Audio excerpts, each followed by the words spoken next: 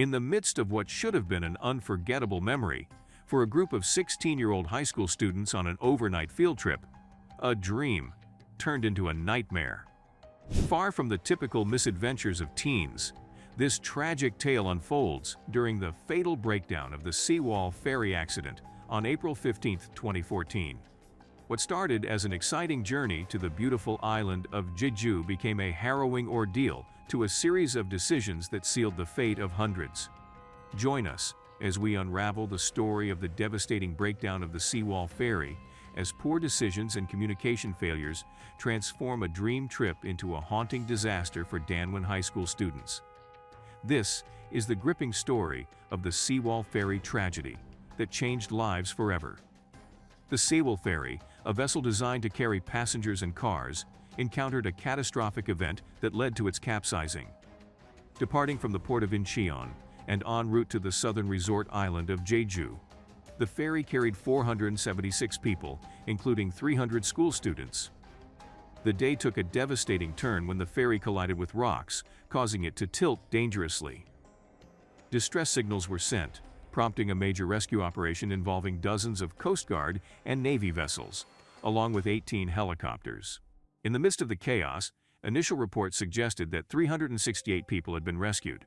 However, a later correction, attributed to a counting error, reduced the number to 180, leaving nearly 300 people unaccounted for. The two confirmed casualties included a female crew member and a man who died in the hospital. The 325 students from Danwin High School, embarking on this adventure to Jeju Island, envisaged a carefree escape from parental oversight. The ferry, however, unbeknownst to them, carried the weight of structural modifications and decisions that would soon prove disastrous. We all go for an adventure, go under our parents' eyes. Typical teenagers, huh? But for them, it turned into a disaster. The Seawall Ferry, having undergone recent remodeling, found itself burdened with excess cargo, 2,200 tons, including 185 cars, well beyond its certified capacity of 1,000 tons. The delicate equilibrium between cargo and ballast water, crucial for maintaining stability, was disrupted. The ship, intended for a 14-hour journey, was unequipped to handle the weight it carried, setting the stage for a tragic imbalance. As the ferry embarked on its journey, the crew, including a third maiden helmsman, encountered challenges navigating through the mangled channel. A routine instruction to turn the ship took a disastrous turn, as a 15-degree misjudgment by the helmsman triggered a cascade of events. Compounding this error was the inadequate anchoring of cargo, leading to a perilous 30-degree tilt. Amidst the escalating crisis, a critical lapse in communication emerged. At 8:50, the crew, realizing the dire situation, returned to the bridge. However, the passengers in the cafeteria, oblivious to the folding disaster, were reassured by the communications officer through the intercom to stay in their positions. The delay in issuing an evacuation order proved fatal, as ship-wide communications faltered, leaving many passengers in the dark. As the ship's tilt increased to 50 degrees, Captain Lee belatedly issued the evacuation order at 9:30. However, chaos ensued as ship-wide communications faltered, leaving passengers confused and unprepared. Desperation set in as some passengers began jumping into the water. The Coast Guard and nearby fishing ships rushed to the scene, but the ship's angle reached a staggering 60 degrees, impeding escape. Imagine being in a room 60 degrees tilted. Students were unable to reach the door to escape out. Passengers, realizing the severity, exhibited remarkable bravery by trying to break windows and navigate tilted hallways. Their discipline clashed with the unimaginable reality of being trapped in a sinking vessel. The difficulty of movement at a 60-degree angle was profound and challenging even for trained professionals, let alone teenagers. As the ship sank lower, rescuers faced a daunting task. Communication failures persisted, leading to a lack of coordination between Coast Guard stations, the ferry, and the VTS. The initial hope of air pockets providing refuge dwindled, and the unprepared Coast Guard failed to board the ship.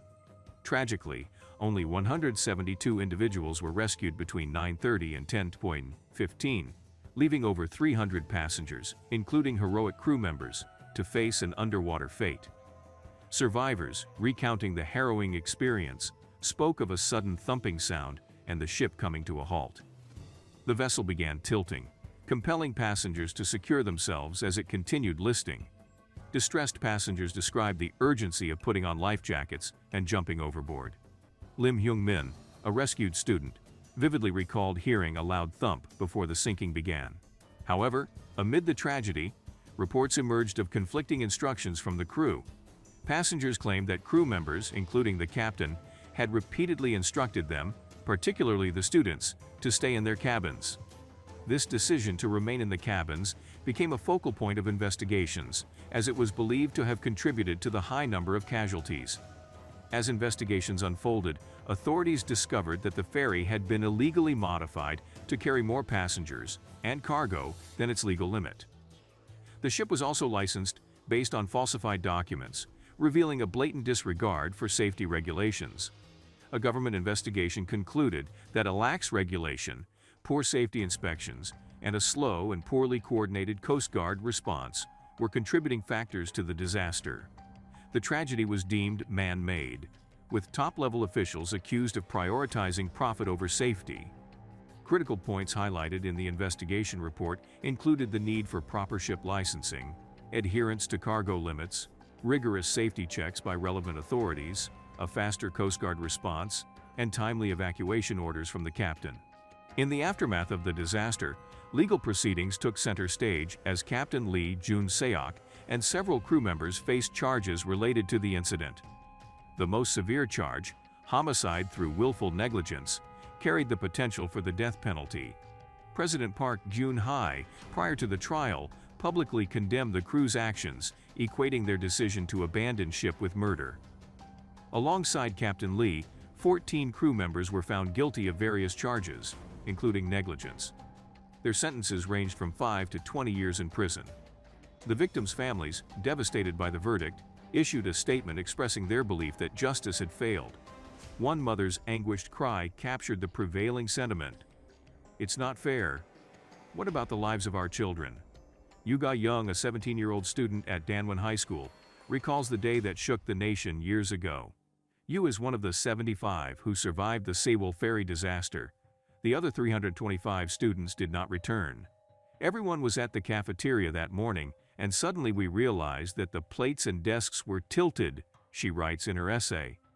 One of her friends said maybe it's because the ship is turning a corner. While the intercom announcement repeatedly said to stay where they were, Yu heard someone calling them to come out. Then she was pulled up from the room into the hallway. "Before taking the helicopter, I think I looked back at my friends. I wonder how they would look at me. Did they resent me for leaving first?" This is the first book written by a survivor of the disaster, recounting the day based on Yu's diary. She writes that she still visits the sea in her nightmares, suffering from post-traumatic stress disorder. She has battled with depression, insomnia, self-harm, and spent time in a closed ward in a psychiatric hospital. She once dreamed of becoming a librarian because she loved books, but after the disaster, she could not read a word. In the aftermath, families clung to hope, unaware of the communication gaps that had sealed their loved one's fate. Divers, in the weeks that followed, bravely entered the submerged vessel, recovering the bodies of the lost passengers.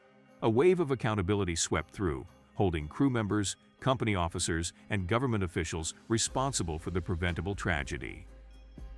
The Seawall Ferry disaster stands as a stark reminder of the devastating consequences that arise from a lack of safety measures and communication failures. The loss of 304 lives highlights the critical need for stringent safety protocols and effective crisis communication. Let us honor the memory of those lost by advocating for improved maritime safety standards and better communication practices. By doing so, we can work towards preventing such tragic incidents in the future.